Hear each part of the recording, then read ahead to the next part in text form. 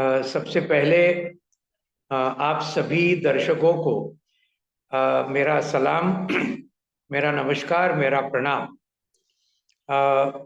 मुझे बहुत खुशी हुई कि आप जिस मालिका के अंदर ये जो लेक्चर सीरीज आप लोग ले रहे हैं, समाजवाद की तरफ, ये अभी जो बताया, ये हमारे सबके लिए बहुत ही जरूरी इस मुताबिक विषय है। और मेरा तो बहुत स्पष्ट इस पर विश्वास है कि हमारे देश को अगर बचाना होगा, किसानों को, मजदूरों को बचाना होगा, इस देश के गरीबों को, इस देश के सभी वंचितों को अगर बचाना होगा, तो समाजवाद के सिवा दूसरा कोई भी रास्ता नहीं हो सकता। इस पर मेरा बहुत दृढ़ विश्वास है। ये कहने के बाद आज का जो मुख्य विषय आपने जो रखा है कि मौजूदा कृषि संकट और उसके साथ निपटने का मार्ग क्या होगा, इसके बारे में कुछ चंद शब्द मैं आपके सामने रखना चाहूंगा। साथियों, अगर हमने देखा तो आज भारत के अंदर जो कृषि संकट है, वो शायद इस देश का सबसे बड़ा और सबसे गहरा संकट, ये जरूर हम कह सकते हैं, और पूरे सबूत के साथ हम ये कह सकते हैं। मैं ये इसलिए बोल रहा हूं कि अभी पिछले 10 साल में आप अगर आंकड़े निकाले तो हमें ये पता चलेगा कि एनसीआरबी यानी नेशनल क्राइम रिकॉर्ड्स ब्यूरो, जो केंद्रीय गृह मंत्रालय के नीचे जो संस्था आती है, वो सभी प्रकार के गुनों का पूरा दर्जा निकालती है, पूरे आंकड़े रखती है। और ये एनसीआरबी ने जो आंकड़े इकट्ठा किए, इससे पता चलता है कि एक पिछले 8 सालों के अंदर 2015 से लेकर 2022 तक कुल मिलाकर हमारे देश में 1,04,74 किसान और खेत मजदूरों ने आत्महत्या की है। यह है एनसीआरबी का, यानी सरकार का खुद का रिपोर्ट। 1,04,74 किसान और खेतीहार मजदूर, इनको आत्महत्या करनी पड़ी है पिछले 8 साल। 2022 के बाद के आंकड़े उपलब्ध नहीं है। अगर वो होते तो पिछले 2 साल में और ये आत्महत्या बढ़ी है, वो हमारे सामने नजर में आता। तो ये एक, जिसको हम कहते हैं कृषि संकट का एक लक्षण है, किसानों की आत्महत्या, जो लगातार 1990 के बाद बहुत बड़े पैमाने पर बढ़ती गई और अभी वो चरम सीमा तक, ये अभी हाल के वर्षों में ये पहुंच चुकी है।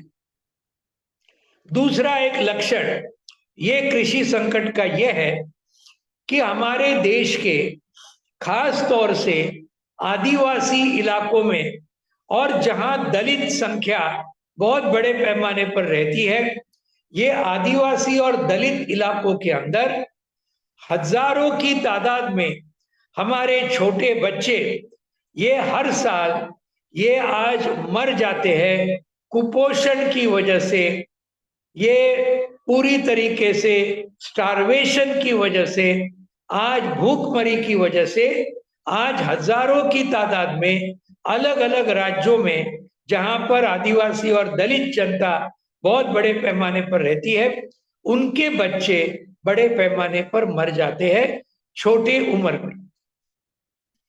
ये हमारे कृषि संकट का दूसरा लक्षण जिसको हमको ध्यान में रखना होगा। आत्महत्या किसानों की और बच्चों का मर जाना कुपोषण की वजह से, भूखमरी की वजह से, ये दो से हमें पता चलता है कि भारत के अंदर आज क्या हालात है।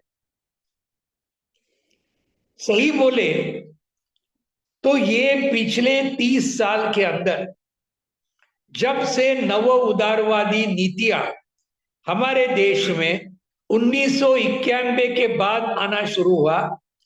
उसके बाद ये दोनों चीजें और ज्यादा गहराई उसके अंदर होने लगी। इसके पहले ये होता नहीं था, ऐसा नहीं, लेकिन इतने पैमाने पर 1990 के पहले के जमाने में ये इतनी बड़ी आत्महत्याएं, इतने बड़े पैमाने पर छोटे बच्चों की वहां मर जाना, ये चीज भारत के अंदर 1990 के पहले इतनी बड़ी तादाद में बिल्कुल नहीं हो रही थी। ये बिल्कुल सच है। तो सवाल ये है कि आज ये कृषि संकट ये इतना गहरा होने के कारण क्या है, उसकी तरफ हम आएंगे। उसके बाद अभी हाल में आपने देखा है 23 जुलाई को हमारे देश के अर्थ मंत्री जी ने अभी देश का बजट पेश किया संसद के अंदर। उससे अभी क्या असर होगा ये कृषि संकट के ऊपर, ये भी हम थोड़े में देखेंगे। और आखिर में इस कृषि संकट को दूर करने के लिए, निपटाने के लिए हमें क्या करना है, इसके बारे में भी कुछ चंद शब्द आखिर में मैं आपके सामने रखने का प्रयास करूंगा। साथियों, ये जो कृषि संकट है, मैंने ये जरूर कहा 1990-91 के बाद जो नव उदारवादी नीतियां आई, साम्राज्यवाद के खिलाफ हमारे देश के सरकारों ने घुटने टेकने वाली जो नीतियां आई, इससे ज्यादा गंभीर ये कृषि संकट हुआ, इसमें कोई दो राय नहीं है। लेकिन ये कृषि संकट का जन्म 1991 को नहीं हुआ। ये कृषि संकट का जन्म वैसे अगर देखा जाए तो 15 अगस्त 1947 और उसके बाद के वर्षों में हमारी जो नीतियां हुई, इसकी वजह से ये कृषि संकट आस्ते आस्ते तेजी से बढ़ने लगा था। 1991 के बाद वो तो बहुत बड़े पैमाने पर बढ़ते रहा। अर्थात ब्रिटिश कालीन वक्त में, यानी 1947 के पहले, ये कृषि संकट अलग किस्म से वो व्यक्त होता था और वो अकाल के रूप में बहुत बड़े पैमाने पर ये कृषि संकट हम देखते थे जब ब्रिटिशों की हुकूमत हमारे देश में हुआ करती थी। और वो भी बहुत भयंकर ऐसा जमाना था। आप सभी ने 1943 का बंगाल के अकाल के बारे में आप लोग सबने सुना होगा, आप लोग जानते होंगे, कहीं ना कहीं आपने पढ़ा होगा।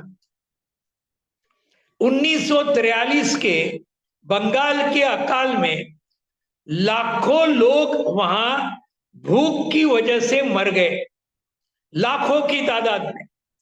ये हमको ध्यान में रखना चाहिए।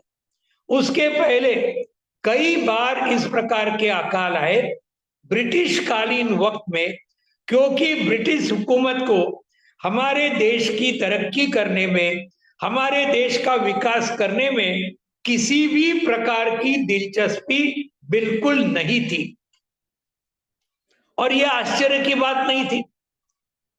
ये तो परदेशी लोग थे, इनका मकसद था भारत को लूटो और भारत को पूरी तरीके से लूटकर ये सब संपत्ति इंग्लैंड में लेके जाओ, ब्रिटेन में लेके जाओ, जो उन्होंने किया। 200 साल तक, यानी 1857 की प्लासी की लड़ाई से लेकर 1947 देश को आजादी मिलने तक 190 साल पहले ईस्ट इंडिया कंपनी के रूप में, और उसके बाद 1858 के बाद सीधे ब्रिटिश सरकार के रूप में पूरे देश को लूटने का काम अंग्रेजों ने हमारे देश के ऊपर 190 साल तक किया। और ये कृषि संकट का, ये हमारे देश के किसान, खेत मजदूर और गरीबी का सबसे बड़ा और पहला कारण ये है, इस बात को हमने बिल्कुल एक क्षण के लिए भी कभी भी भूलना नहीं चाहिए। उसके बाद आजादी मिलने के बाद अपेक्षा क्या थी जनता की? कृषि क्षेत्र के बारे में हम कहेंगे। आजादी के संग्राम का एक जो बहुत महत्व का नारा था, पूरे आजादी के संग्राम का नारा था, और वो नारा क्या था?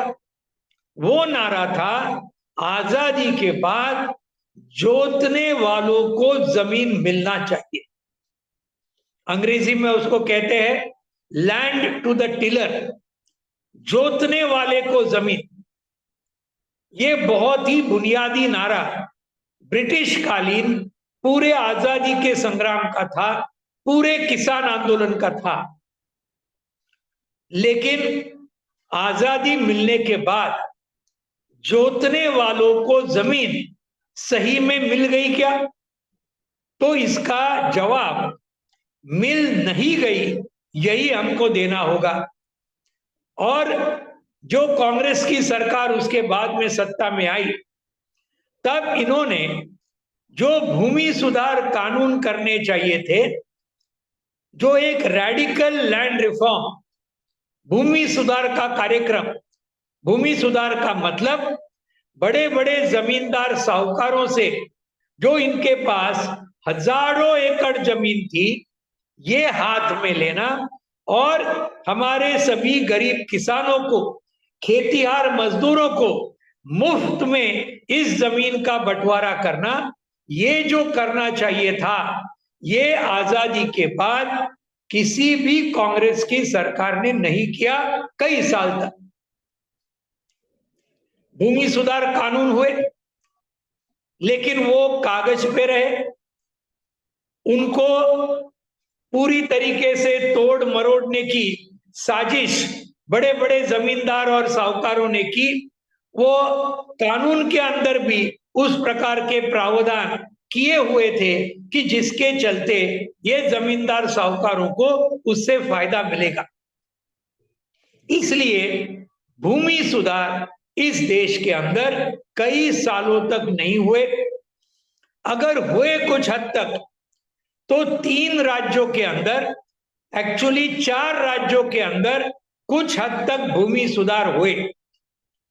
पहला हुआ राज्य उसके अंदर जम्मू और कश्मीर, जहां शेख अब्दुल्ला जी का सरकार आया, नेशनल कॉन्फ्रेंस का आया, और उस नेशनल कॉन्फ्रेंस के सरकार ने भूमि सुधार का कार्यक्रम काफी बड़े पैमाने पर उसको लागू करने का प्रयास किया। लेकिन वो एक उदाहरण अगर रख दिया जाए बाजू में, स्पेशल स्थिति थी उस वक्त की, अच्छा किया उन्होंने, उसका हम स्वागत ही करेंगे। लेकिन उसके बाद 1957 में केरल में जो वामपंथी सरकार आई, उन्होंने भूमि सुधार का कानून केरला के असेंबली के अंदर वामपंथी सरकार ने उस बात को किया।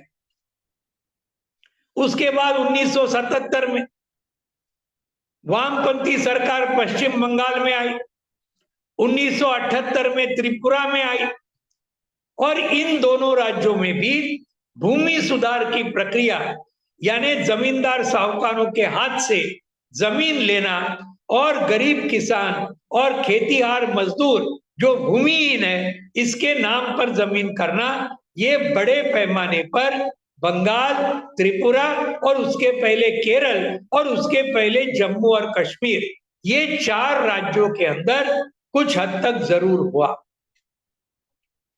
लेकिन बाकी राज्यों में क्या? बाकी राज्यों में ये नहीं हुआ, और इसके चलते बहुत बड़े पैमाने पर आज ग्रामीण इलाके की बेरोजगारी, ग्रामीण इलाके की गरीबी, ग्रामीण इलाके का आज हम देखते हैं भूमिहीनता, ये बड़े पैमाने पर आज भी 77 साल की आजादी के बाद जो कायम है, जो बरकरार है, इसका मुख्य कारण यह है कि आजादी के बाद जोतने वालों को जमीन जो मिलनी चाहिए थी वो नहीं मिली, 2-3 राज्यों को छोड़कर, ये हमने एक बात को ध्यान में रखना चाहिए। और इससे जो कृषि का तरक्की होना चाहिए था, कृषि क्षेत्र में जो प्रगति होनी चाहिए थी, ये होने से रुक गई। इसको भी हमने बहुत क्लियरली समझ लेना चाहिए। तीसरा कारण 1991 से शुरू हुआ, और वो कारण था नव उदारवादी नीतियां। और ये नव उदारवादी नीतियों के चलते इनका मुख्य रूप क्या था? नव उदारवादी नीतियों का मुख्य मकसद ये था कि भारत की पूरी अर्थव्यवस्था, जैसे साम्राज्यवादी देश हमें कहे, जैसे अमेरिका कहे, जैसे इंग्लैंड कहे, जर्मनी कहे, फ्रांस कहे, जापान कहे, इस मुताबिक भारत की पूरी अर्थव्यवस्था को, उसको एक अलग किस्म की दिशा देना कि जिसको हम नव उदारवादी नीतियों के रूप में हम जानते हैं। इसको हम उदारीकरण, निजीकरण और भूमंडलीकरण, liberalisation, privatisation and globalisation, LPG policies, ये भी आप सबने सुना होगा या आपने इस्तेमाल किया होगा आपके तकरीर में, आपके भाषणों में। तो ये जो एलपीजी पॉलिसीज का दौर 1991 में शुरू हुआ, और उसके बाद जो भी कोई केंद्र सरकार सत्ता में आया, उसने वही नीति को आगे चलाने का काम किया। उसके अंदर कोई अपवाद नहीं है, हर सरकार ने वही काम किया। लेकिन पिछले 10 साल से जो ये भाजपा का मोदी सरकार जो आया है, इस मोदी सरकार ने सभी सीमाओं को पार कर दिया और इसको पूरी तरीके से नव उदारवाद, कॉरपोरेट्स के पक्ष में, बहुराष्ट्रीय निगमों के पक्ष में, भारत के कॉरपोरेट के पक्ष में बड़े पैमाने पर इसको झुकाव देने का काम, ये पूरे नीति को ये नरेंद्र मोदी के बीजेपी और एनडीए सरकार ने किया, जितने हद तक इसके पहले के किसी भी सरकार ने काम नहीं किया था। और इसलिए आप देखिए, उद्योग के क्षेत्र में, खेती के क्षेत्र में और सेवा के क्षेत्र में, ये तीन भारत के अर्थव्यवस्था के, किसी भी अर्थव्यवस्था के ये तीन मुख्य सेक्टर है। प्राइमरी बोलते हैं कृषि, सेकेंडरी बोलते हैं उद्योग, और टर्शरी यानी थर्ड वो बोलते हैं सर्विसेज यानी सेवा क्षेत्र। तीनों क्षेत्रों के अंदर बड़े पैमाने पर साम्राज्यवाद, उनकी कंपनियां, देश की बड़ी बड़ी कंपनियां, उनको बढ़ावा देने का पूरा यहाँ पर लाइन तय हो गई। और उसके मुताबिक हर सरकार 1991 से लेकर, उस वक्त नरसिंह राव जी की सरकार थी, उसके बाद मनमोहन सिंह की सरकार आई, दूसरी भी कुछ छोटी छोटी सरकारें आई, और अभी अटल बिहारी वाजपेयी जी की सरकार आई बीच में, और अभी नरेंद्र मोदी जी की। तो ये 10 साल के अंदर तो पूरी सीमा पार कर गए, और आज ये पूरे नीति की वजह से एक बहुत बड़ा संकट पूरे देश में आज निर्माण होने लगा। और इसका सबसे बड़ा लक्षण जो शुरुआत में मैंने कहे, किसानों की आत्महत्या और छोटे छोटे आदिवासी और दलित बच्चों की मौत भूखमरी की वजह से, कुपोषण की वजह से, ये दो लक्षण ये कृषि संकट के एक बहुत बड़े पैमाने पर अभी दिखने लगे। साथियों, ये तो एक लक्षण है, और भी एक लक्षण है तीसरा। पिछले 30 सालों के अंदर अगर आपने देखा, हर सर्वे, जो भी कोई सर्वेक्षण किया गया है, उससे ये बात पता चलता है कि बड़े पैमाने पर जो छोटे किसान जमीन के मालिक थे, जिन्होंने आत्महत्या नहीं की, उनको अपने कर्जे को चुकाने के लिए अपनी जो कुछ जमीन थी वो जमीन उनको बेचनी पड़ी। ऐसे लाखों किसान भारत के अंदर पिछले 30 साल में पैदा हुए, जिनको ये कर्जे का पूरा जो ये है, ये अगर करना है तो उनको अपनी पूरी जमीन वो बेचनी पड़ी है। और हम देखते हैं पिछले 30 साल के अंदर, 10 साल के अंदर तो बहुत बड़ा इसका रफ्तार बढ़ गया मोदी सरकार के काल में, कि किसान जो है वो भूमिहीन बनते जा रहा है और भूमिहीन खेतिहार मजदूर बहुत बड़े पैमाने पर हमारे देश में बढ़े हैं। दिस इज प्रोलिटराइजेशन, जिसको हम कहते हैं। किसान का खेतिहार मजदूर बन जाना, उसकी जमीन खत्म होना, क्योंकि ये कर्जा देने के लिए उसके पास दूसरा कोई चारा नहीं है, अपनी जमीन को बेचो और कर्जे को चुकाओ। ये आज बहुत बड़े पैमाने पर पूरे देश में अलग अलग राज्यों के अंदर इस बात को हम देखते आए। ये बहुत गंभीर बात, और ये बात अगर हम इसका कारण देखें तो एक 4-5 कारण, बहुत एक एक 2-2 मिनट में हम इसके सही कारण क्या है, ये कर्जे में आज किसान क्यों डूबते हैं, क्या वजह है जिसके वजह से जो पहले इतना कर्जा नहीं हुआ करता था, आज इतने कर्जे में हमारा किसान ये पिछले 30 साल में क्यों डूबता आ रहा है। साथियों, इसके जो 4-5 कारण है, नंबर 1 का कारण यह है कि आज लागत खर्चा किसानी में, खेती में लागत खर्चा बहुत बड़े पैमाने पर ये पिछले 30 सालों में बढ़ता आ रहा है। कैसे बढ़ता गया? बीज के दाम बढ़े, खाद के दाम बढ़े, कीटनाशक के दाम बढ़े, डीजल के दाम बढ़े, पानी के दाम बढ़े, मजदूरी के दाम बढ़े। हर चीज, खेती करने को जो चीज लगती है, हर चीज के दाम बड़े पैमाने पर बढ़े। ये है पहला कारण, लागत खर्चा किसानी का, खेती का बहुत बड़े पैमाने पर बढ़ने लगा पिछले 30 सालों के अंदर। और इसके 2 कारण हैं। एक कारण यह है, ये सब बीज है, खाद है, कीटनाशक है, ये बनाने वाले 1990 के पहले भारत के पब्लिक सेक्टर की काफी कंपनियां उसके अंदर अगवानी कर रही थी। सार्वजनिक क्षेत्र की कंपनियां बीज पैदा करती थी, खाद पैदा करती थी, कीटनाशक करती थी। 91 के बाद बड़ी बड़ी कॉरपोरेट कंपनियों को सरकार ने ये पूरे कृषि के क्षेत्र में घुसपैठ करने का पूरी सम्मति दे दी। और इसके चलते हम ये देखते हैं कि ये सब चीजों के दाम बहुत जबरदस्त तरीके से बढ़े। सिर्फ दाम नहीं बढ़े, कुछ कुछ चीजों का शॉर्टेज हो गया।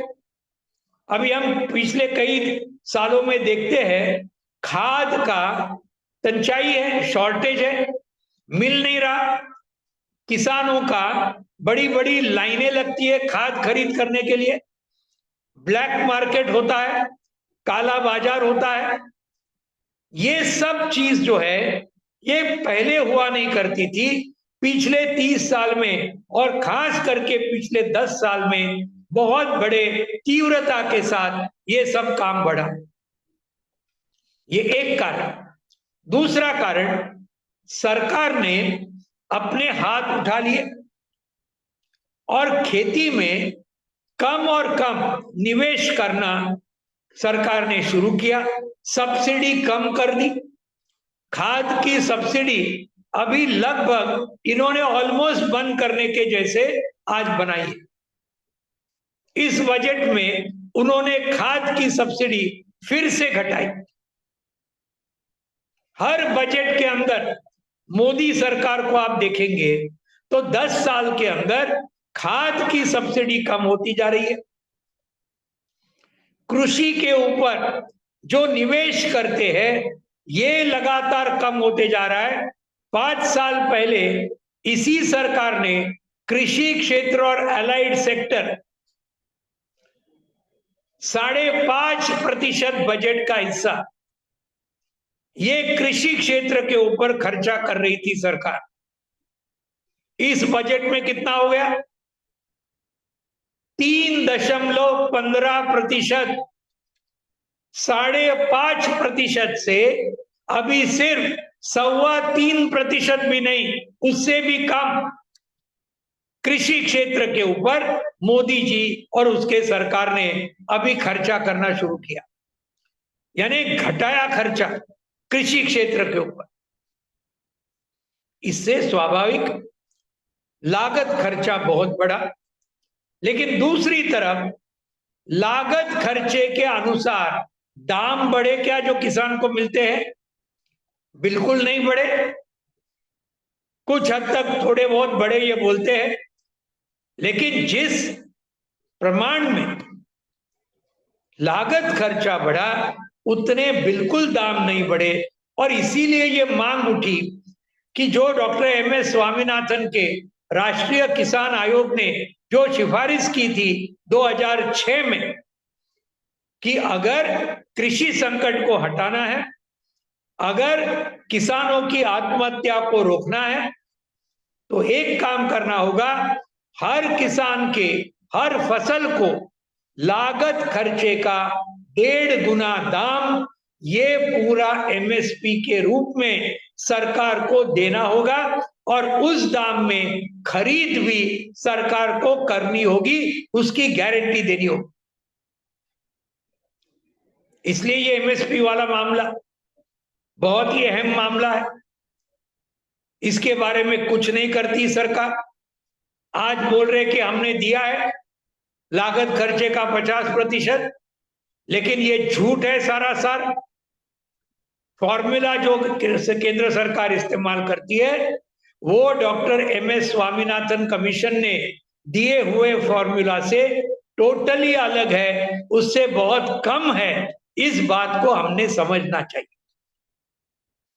और इसलिए किसान ये कैंची में पकड़ता है, लागत खर्चा बढ़ता है और जो दाम मिलना चाहिए वो उस मुताबिक बढ़ता नहीं है। ये कर्जे में वो वहां डूबता है, क्योंकि ये दोनों के अंदर अगर सरवाइव करना है तो उसको कर्जे लिए बिना दूसरा कोई भी चारा नहीं रहता। अभी आप देखिए बिजली के दर बहुत बड़े पैमाने पर अभी बढ़ने लगे। अभी ये सरकार ने स्मार्ट मीटर योजना ये शुरू करने का भी प्रयास किया है। कई जगह में किसानों ने उसको टोटल विरोध किया है, प्रतिरोध किया है, क्योंकि उनको मालूम है प्रीपेड स्मार्ट मीटर यानी बिजली आपको चाहिए तो पहले आपको पैसा भरना पड़ेगा, फिर बिजली आपके खेत में आएगी मोटर पंप के लिए। अगर आपने पैसा भरा नहीं तो बिजली आपकी ऑटोमेटिकली काट दी जाएगी, यानी आएगी नहीं उसमें से। इसलिए प्रीपेड स्मार्ट मीटर बहुत ही खतरनाक बात है। और ये हॉर्स पावर से पहले हुआ करता था, अभी मीटर रीडिंग से होगा, यानी बहुत बड़े पैमाने पर खर्चा बिजली का बढ़ेगा। डीजल का तो आप जानते हैं, जो पहले मोदी सरकार जब आई पहली बार 40-45 रुपया डीजल का हर लीटर का दाम था, अभी वो 90-95 रुपए तक डीजल का दाम गया है, दुगुना हुआ है। तो ये सब चीज, लेकिन उसके चलते आज किसान को जो भाव मिलता है वो बिल्कुल बढ़ा नहीं है उस मुताबिक।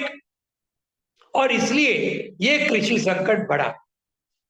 तीसरी बात, आप जानते हैं ये ग्लोबल वार्मिंग चल रहा है, वातावरण में बदल हो रहा है, गर्मी बढ़ रही है, और इसके चलते आज पूरे भारत के अंदर तो बहुत बुरा असर उसका हो रहा है। कहीं कहीं अकाल गिरता है, कहीं कहीं बाढ़ आती है, कहीं कहीं बहुत जबरदस्त ऐसे बारिश आता है जो वक्त पे नहीं, बेवक्त इस प्रकार का कभी भी गिरता है। किसानों की पूरी फसल बर्बाद हो जाती है ये सब चीज की तरफ।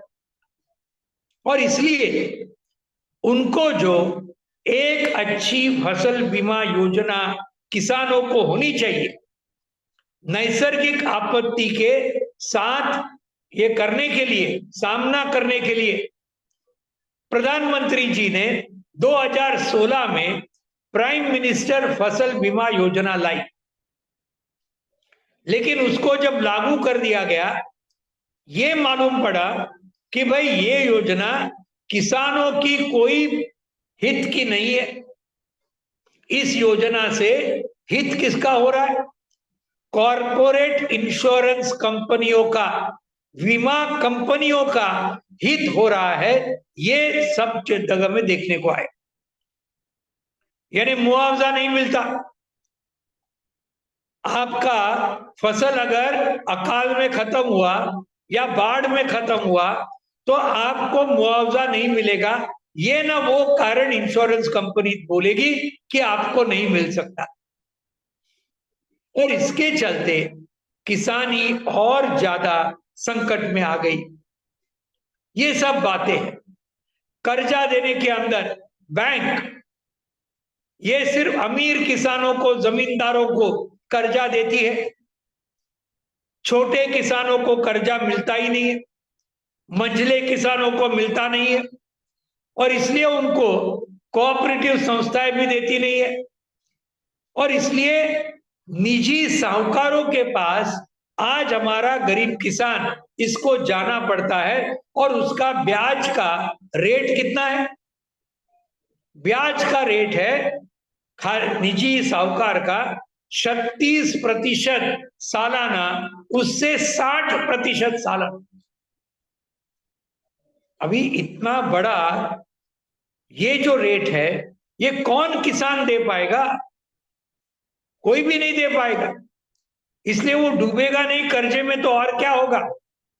इसके लिए सरकार की नीति भी वो है कि बैंकों ने कर्जे का सबसे बड़ा हिस्सा बड़े बड़े कॉरपोरेट को शहरों के अंदर देना चाहिए। एक जमाना हुआ करता था, बैंकों का राष्ट्रीयकरण जब किया, एग्रीकल्चर एक नंबर के प्रायोरिटी में था, अग्रक्रम में था कि इसको पहले कर्जा किसानों को देना चाहिए। आज उन्होंने ये सब बदला और बोले नहीं, कॉरपोरेट को उद्योग के लिए पहले कर्जा देना चाहिए। उन्होंने भी डुबाया। ये मोदी सरकार ने करीबन 15 लाख करोड़ रुपए पिछले 10 साल में बड़े बड़े कॉरपोरेट्स ने बैंक से लिए हुए 15 लाख करोड़ रुपए उसको माफ कर दिए, माफ कर दिए। यानी इतनी बेशर्मी कभी भी नहीं दिखाई दी जो इन्होंने दिखाई पिछले 10 साल में।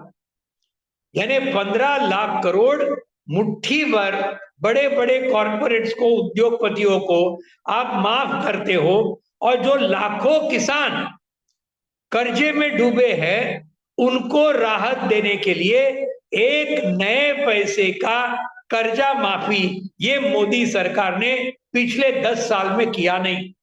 ये सच्चाई है। एमएसपी दिया नहीं, कर्जा माफी किया नहीं, ये फसल बीमा योजना जो बदलना चाहिए था वो नहीं किया। तो ये सब का कर्जे का नीति बैंकों ने किसको देना चाहिए, कुछ नहीं बदला। उसके साथ में जो हमारे खेत मजदूर भाई और बहन है वो भी किसानी का एक बहुत बड़ा हिस्सा होते हैं। वो नहीं होते तो किसानी और ये पूरा कृषि का ये जो मामला है, हमारा जो अनाज उत्पादन होता है, बाकी फसलें होती है, खेत मजदूर नहीं होते तो ये काम होता था क्या? बिल्कुल नहीं होता था। खेत मजदूर भी कर्जे में डूबने लगा। और आज उसके लिए जो 2005 में मनरेगा नाम की स्कीम जो सरकार को लानी पड़ी, वामपंथियों के और हमने नीचे के खेत मजदूरों के, किसानों के पूरे ताकत के चलते, आंदोलनों के चलते, आज क्या हुआ? मोदी सरकार पिछले 10 सालों में ये मनरेगा की योजना खत्म करने के पीछे लगी है, उसके ऊपर का निवेश लगातार कम करते जा रही है। ये आज हम देखते हैं खेत मजदूरों की हालत। साल में 100 दिन उनको काम देने की बात थी, वादा है उसके अंदर हर परिवार के एक आदमी को या एक औरत को 100 दिन काम मिलेगा, लेकिन आज 40 दिन भी काम नहीं मिलता है।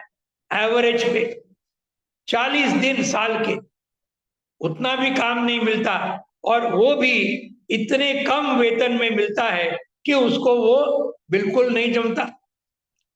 और आज इस बजट में मनरेगा के ऊपर निवेश बढ़ाने के बदले में उसके ऊपर कम कर दिया, फर्टिलाइजर के ऊपर कम कर दिया, खाद के ऊपर सब्सिडी, फूड सब्सिडी कम कर दी गई, यानी अनाज के लिए लोग भूखे हैं। तो ये सब जो है, ये नीतियां, इससे आज बहुत बड़े संकट में पूरा देश गया है। इसको हमको ध्यान में लेना चाहिए। तो साथियों, आज ये पूरे बजट के अंदर कुछ बातें मैंने कही, लेकिन बजट का मुख्य रुख क्या है, दिशा क्या है? निर्मला सीतारामन जी ने जो अभी बजट पेश किया, पूरी तरीके से कॉरपोरेटीकरण, कॉरपोरेट्स को पूरी तरीके से कृषि क्षेत्र हवाले करना, उद्योग तो किया ही है, इस मुताबिक इनका काम चल रहा है। और अभी देखिए, मल्टीनेशनल कॉरपोरेशन, बहुराष्ट्रीय निगम, इनके टैक्स में 5% घटा दिया गया। इनका टैक्स 5% टैक्स घटा है बहुराष्ट्रीय निगमों का। भारत के कॉरपोरेट का टैक्स इसके पहले मोदी सरकार ने 10% से घटाया था, अभी बहुराष्ट्रीय निगमों का घटा है। ये किसकी चमचेगिरी करने के लिए? साम्राज्यवाद की, अमेरिका की और ये बाकी सब देशों की।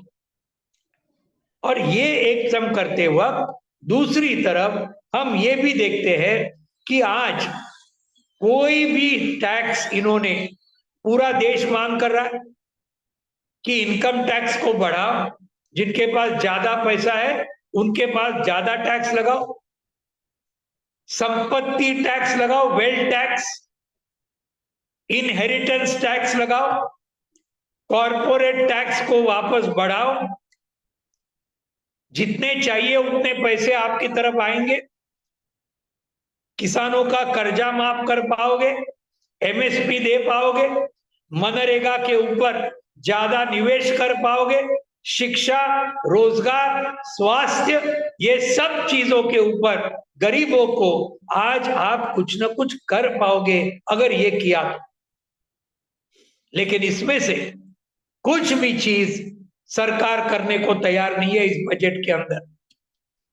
उल्टा यही कॉरपोरेट्स को और ज्यादा बढ़ावा देना और ज्यादा मुनाफा कमाने का पूरा लाइसेंस दे देना, और गरीब किसान, खेत मजदूर, मंझले किसान और बाकी सभी मजदूर वर्ग हमारा बहुत बड़े पैमाने पर है, संगठित भी है, असंगठित भी है, बड़े पैमाने पर, यानी मेहनत कश जनता के ऊपर पिछले 10 सालों में लगातार बहुत बड़ा आक्रमण, बहुत बड़े हमले ये मोदी सरकार कर रही है, और इसके चलते आज ये संकट इतना बड़ा है। इस बजट के बाद और भी बढ़ेगा। लेकिन एक चीज मैं आपके सामने आखिर में कहना चाहता हूं, ये जो 3 कानून 2020 में उन्होंने लाए, कृषि कानून, काले कानून जिसको कहा जाता है, एक चीज हमने देखा है 2014 में ये मोदी सरकार आने के बाद, और उसके पहले भी कुछ हद तक, लेकिन 2014 के बाद बड़े पैमाने पर किसान आज चुप बैठने के लिए तैयार नहीं है। आज वो संघर्ष के मैदान में उतरा है। ये एक बहुत अच्छी बात, इसको हमको ध्यान में रखना चाहिए कि आज हम देखते हैं कि बड़े पैमाने पर किसानों ने संघर्षों की शुरुआत की। एकदम पहले मोदी सरकार आने के बाद 2014 में ही उन्होंने ये भूमि अधिग्रहण के कानून को संशोधन करने का प्रयास किया। 2013 का कानून जो एक अच्छी तरक्की थी पहले के कानून पे ऊपर, पहले का कानून तो ब्रिटिशों का 1894 का कानून था, जिसके तहत भूमि अधिग्रहण होता था देश में। पूरा आंदोलन हुआ देश भर में, किसान संगठन लड़े, खेत मजदूरों के संगठन लड़े, वामपंथी राजनीतिक पार्टियां लड़ी, और इसके चलते 2013 में यूपीए सरकार को कुछ हद तक यहां वो 2013 का कानून भूमि अधिग्रहण का करना पड़ा। उसके अंदर भी कुछ खामियां जरूर है, लेकिन पहले के मुकाबले ये जरूर एक अच्छा कानून है, इसमें कोई दो राय नहीं। अब मोदी साहब आने के बाद इस कानून के अंदर संशोधन करके उन्होंने ये संशोधन किसानों के खिलाफ और कॉरपोरेट्स के पक्ष में करने का उन्होंने ये संशोधन लाए पार्लियामेंट के अंदर। और उस वक्त कई संगठन एक साथ आए, भूमि अधिकार आंदोलन बना, और ये विधेयक, ये जो उन्होंने ऑर्डिनेंस किया था अध्यादेश, इसको जबरदस्त विरोध हुआ पूरे देश में। 400 से ज्यादा जिलों में इस अध्यादेश की होली कर दी गई, जलाया गया। दिल्ली में 2 बार बड़े बड़े रैलियां हुई, और लगातार वामपंथी और बाकी सभी विपक्ष ने यह तय किया, राज्यसभा में उस वक्त बीजेपी का बहुमत नहीं था, लोकसभा में तो अर्थात था, लेकिन राज्यसभा में बाकी सभी विपक्ष ने तय किया कि ये कानून को, ये संशोधन को पास नहीं होने देंगे। इसलिए मोदी साहब को अगस्त 2015 में ये जो दूसरे उसके संशोधन थे ये रद्द करने पड़े। किसानों की पहली जीत हुई, इसको हम कभी भी भूलना नहीं चाहिए। जमीन के मामले में, किसानों की जमीन को बचाने के मामले में पहली जीत किसान आंदोलन ने मोदी सरकार के ऊपर हासिल की, इस बात को ध्यान में रखना चाहिए। उसके बाद कर्जा मुक्ति के लिए संघर्ष हुए, राजस्थान में हुए, महाराष्ट्र के अंदर हुए, हड़ताल हुए, किसान कर्फ्यू हुआ, किसान लॉन्ग मार्च हुआ, ये सब आप जानते हैं। अलग अलग राज्यों के अंदर हजारों की तादाद में किसान रास्ते पर उतर आए, और उस वक्त की सरकार को एक जबरदस्त उसके ऊपर ये उनको करना पड़ा। राजस्थान में 8,000 करोड़ रुपए की कर्जा माफी उस वक्त के बीजेपी सरकार को करनी पड़ी। किसान सभा ने आंदोलन किया। आज कॉमरेड अमराराम जी जो सांसद चुन के आए हैं राजस्थान के सीकर से, वो उस आंदोलन के नेता थे। हमारे दूसरे भी कई साथी थे।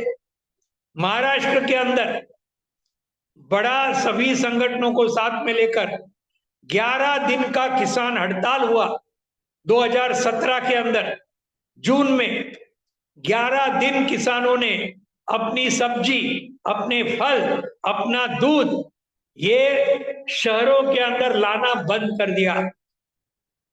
और इसके चलते उस वक्त के बीजेपी सरकार को 20,000 करोड़ रुपए का कर्जा माफी देना पड़ा किसानों को महाराष्ट्र। उसके बाद जो दूसरा सरकार आया, जो दूसरा महाविकास आघाड़ी का सरकार था, उसको और 21,000 करोड़ की कर्जा माफी देनी पड़ी। कुल मिलाकर किसान आंदोलन से महाराष्ट्र के अंदर 40-41 हजार करोड़ रुपए की कर्जा माफी महाराष्ट्र के किसानों को मिली। ये ध्यान में रखना चाहिए। ये सब 2017-18 में लॉन्ग मार्च हुआ, हड़ताल हुआ, आदिवासियों के वनाधिकार कानून के लागू करो, आदिवासी किसानों को जमीन का पट्टा दे दो, इसलिए वो कानून बनाया 2006 में। ये महाराष्ट्र के अंदर एक बड़ा सवाल था लॉन्ग मार्च के पीछे। उसमें कुछ तरक्की हुई, हजारों किसानों को अपने जमीन के पट्टे मिलने लगे। और उसके बाद ये मोदी जी ने 3 काले कृषि कानून देश के ऊपर थोप दिया, किसानों के ऊपर थोप दिए। उसके 15 दिन के बाद मजदूरों के ऊपर ये 4 श्रम संहिता, 4 लेबर कोड ये भी थोप दिए।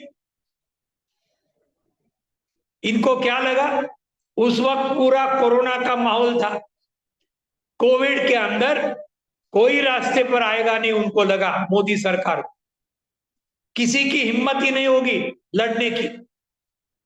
लेकिन किसानों ने ये गलत ठहराया, झूठ ठहराया। और हमारे पंजाब के किसान, हमारे हरियाणा के किसान, हमारे उत्तर प्रदेश के किसान, हमारे राजस्थान के किसान, हमारे उत्तराखंड के किसान, हमारे मध्य प्रदेश के किसान, सब लोग साथ में आए, दिल्ली को घेरा। और ये सभी बॉर्डर जो है, Singhu border, Tikri border, Ghazipur border, Palwal border, Shahjahanpur border, ये सब बॉर्डर में लाखों किसान बैठ गए, पुरुष और महिला, बच्चे। और कितने दिन के लिए?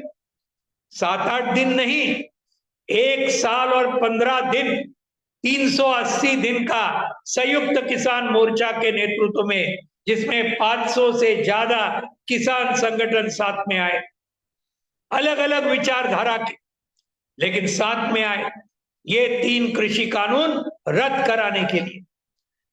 735 किसान शहीद हुए ये 1 साल 15 दिन के अंदर, बॉर्डर के ऊपर मर गए बेचारे, शहीद हुए।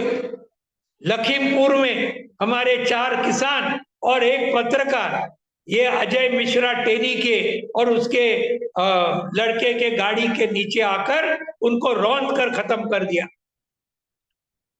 ये सब करने के बावजूद किसान हटे नहीं।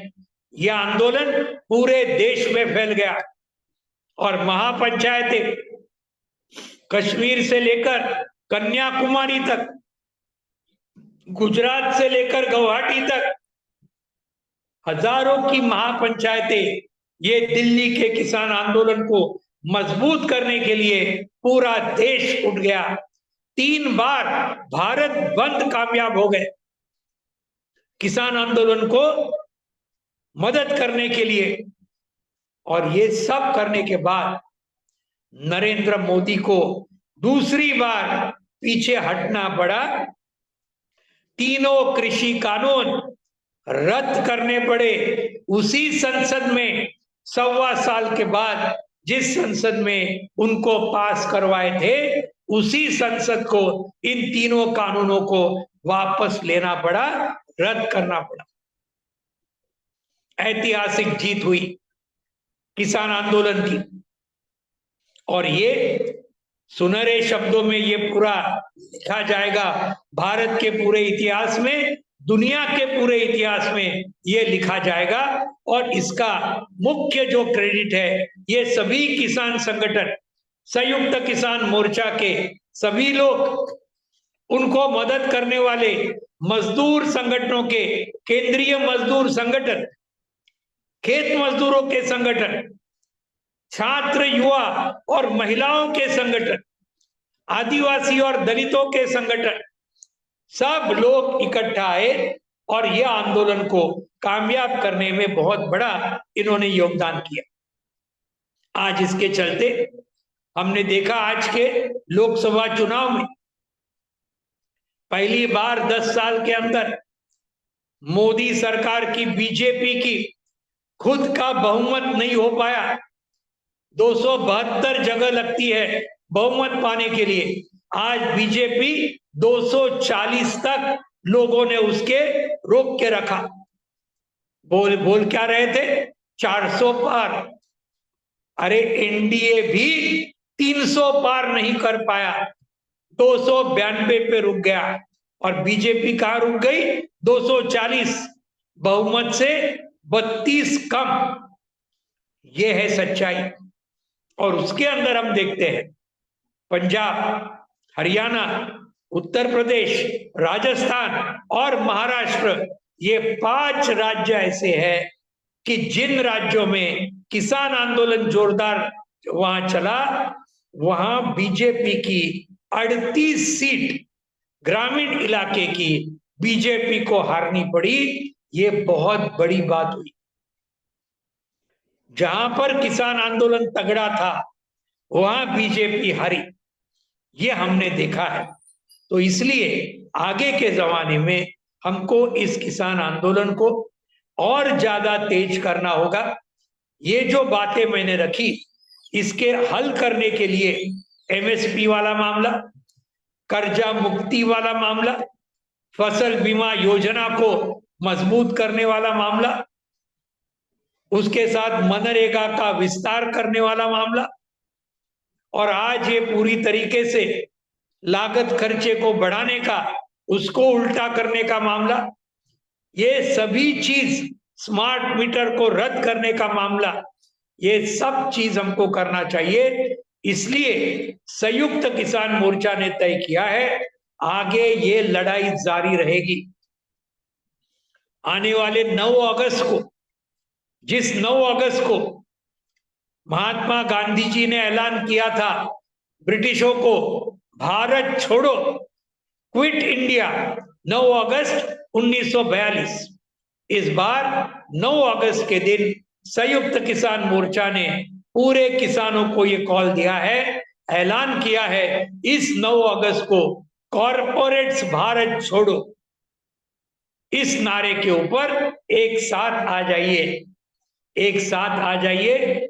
हर जगह के अंदर, जिला लेवल हो, तहसील लेवल हो, गांव लेवल हो, वहां पर बड़े बड़े प्रदर्शन 9 अगस्त को करिए। और लगातार संयुक्त किसान मोर्चा सभी किसानों को आह्वान करता है, सभी मजदूरों को आह्वान करता है कि चलो हम सब एकत्र आए और एक साथ आकर मिलकर अपनी पूरी शक्ति को ये आंदोलन में जुटाए, और ये पूरी नीतियां जो बीजेपी एनडीए सरकार की है, इसको तो हराकर, और ये सरकार को भी आगे हराकर जो नई सरकार आएगी उसके ऊपर भी दबाव होना चाहिए कि आज वैकल्पिक नीतियों को आगे लेके जाना, ये बात हमको आगे के जमाने में पूरी तरीके से ध्यान में रखना चाहिए। यही बात ये आज के दिन कृषि संकट को किस प्रकार से हल करना है, इसलिए ये काम को मद्देनजर रखते हुए, इस दिशा को मद्देनजर रखते हुए हम सबको एक साथ एकता और संघर्ष, ये नारे को तेज करके आगे जाना होगा। हम सब ये बात करेंगे, ये पूरी तरीके से विश्वास रख के यहाँ मैं मेरी बात पूरी करता हूँ। धन्यवाद। इनकलाब जिंदाबाद।